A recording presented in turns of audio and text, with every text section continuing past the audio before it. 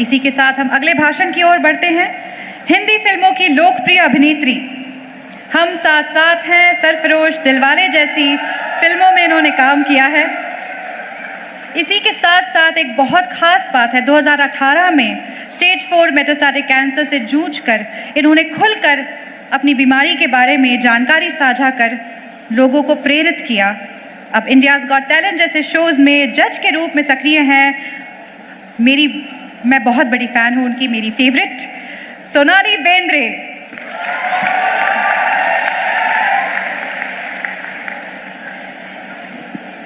नमस्ते। वैसे मुझे भाषण देना आता तो नहीं है, गिरजा ने कह दिया भाषण देना है, मुझे आता नहीं है। मुझे आदत है, मैं एक्टर हूँ भैया, मुझे लाइन दी जाती है, मैं पढ़ती हूँ, रटती हूँ और उसको कैमरा के सामने बोलती हूँ। तो यहाँ पे मुझे सौरभ ने या किसी ने मुझे कोई लाइंस दी नहीं, इसलिए मैं भाषण तो नहीं दे सकती।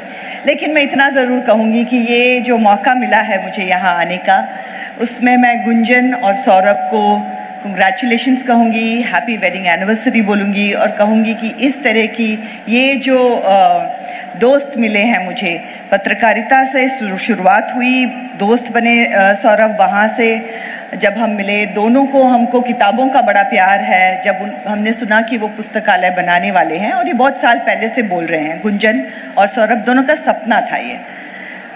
मेरी लाइन में हम बहुत लोगों से मिलते हैं जहाँ पे बहुत लोग बहुत सारी बातें करते हैं और हमने भी बहुत सारी करते एक दिन करेंगे, लेकिन जो हम कह रहे हैं वो सपना मेरी आंखों के सामने कुछ ही सालों में इस तरह से पूरा करना मैंने आज तक नहीं देखा था। और इसलिए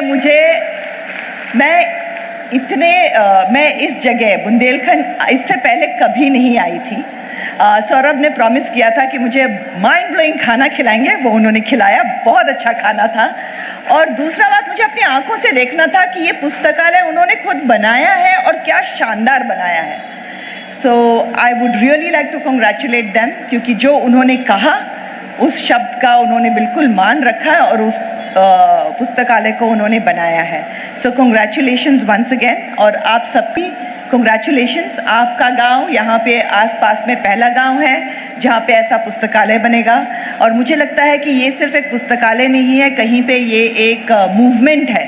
क्या कहते हैं मूवमेंट को? हाँ, तो बहुत ज़्यादा ही स्ट्रॉन्ग वर्ड लगता है। मुझे लगता है एक मूवमेंट है जहाँ मुझे लगता है कि हम सब यहाँ पे इससे प्रेरणा लेंगे और ऐसे बहुत सारे, सिर्फ बुंदेलखंड ने नहीं उन्होंने कहा है, लेकिन हम यहाँ से प्रेरणा लेके ये हमारे पूरे देश में इसको आगे बढ़ाए।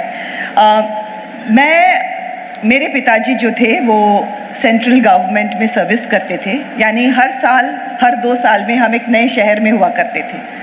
तो मैं नेपाल से लेके चेन्नई तक सब जगह पूरे देश में घूम के बड़ी हुई हूँ। हर 2 साल जब आप स्कूल बदलते हैं तो आपके उतने दोस्त नहीं होते हैं बचपन के, तो मेरे दोस्त हमेशा मेरी किताबें रही हैं। और जहाँ से मतलब फॉर्मल एजुकेशन जो स्कूलिंग कहते हैं, उससे भी ज़्यादा इन किताबों ने और ये कहानियाँ पढ़ के जो दुनिया मैंने देखी, उस दुनिया ने, उन किताबों ने मुझे इस तरह से हेल्प किया है। जब मैं एक ऐसी इंडस्ट्री में आई जिसके बारे में मेरे पुरखों को भी कुछ मालूम नहीं था, न कभी हमने उसके बारे में पढ़ा था, फिल्में देखना कभी इतना अलाउड नहीं था, और मैं उस इंडस्ट्री में आ गई थी। लेकिन पहली बार जब मैं प्लेन पे बैठी, लेकिन कहीं पे ऐसा नहीं लगा कि मैं इस दुनिया को नहीं जानती हूँ। और वो इसलिए क्योंकि मैंने हर दुनिया के बारे में कहीं ना कहीं किसी न किसी कहानी में ज़रूर पढ़ा था। तो इसलिए मुझे लगता था कि मैं तो यहाँ आ चुकी हूँ। हाँ, फिजिकली नहीं आई थी, लेकिन किताबों के ज़रिए ज़रूर आई थी। तो मुझे लगता है कि स्कूल ज़रूरी है, नो डाउट अबाउट इट, लेकिन जिस तरह किताबें पढ़ना, जो ज्ञान किताबों से मिलता है, उससे आपके लिए पूरी दुनिया खुल जाती है।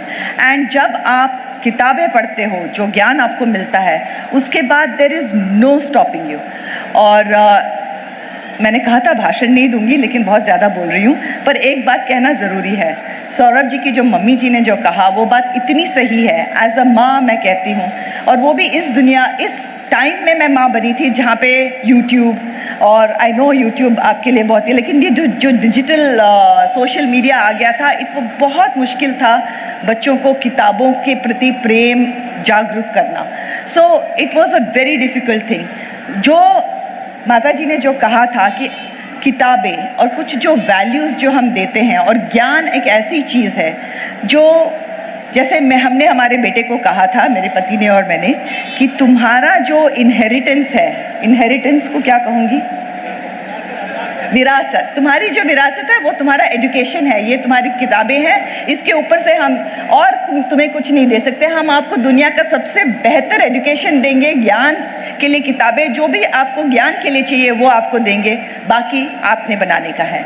और उस समय मुझे याद है मेरे पति ने ये भी कहा था कि एक्चुअली क्या कर सकते हैं हम लोग, बहुत सारे पैसे तो छोड़ सकते हैं, जायदाद छोड़ सकते हैं, लेकिन अगर नालायक निकला तो सब वैसे भी बेकार कर देगा। लेकिन अगर हम ज्ञान दें बच्चों को तो वो कुछ भी हो जाए, आज अच्छे दिन होते हैं, कभी बुरे दिन होते हैं, पैसा है नहीं है, लेकिन जब आपके पास ज्ञान है तो आप कुछ भी करके अपनी लाइफ आगे बढ़ा सकते हैं। ज्ञान से ज़्यादा इम्पोर्टेंट और कुछ नहीं।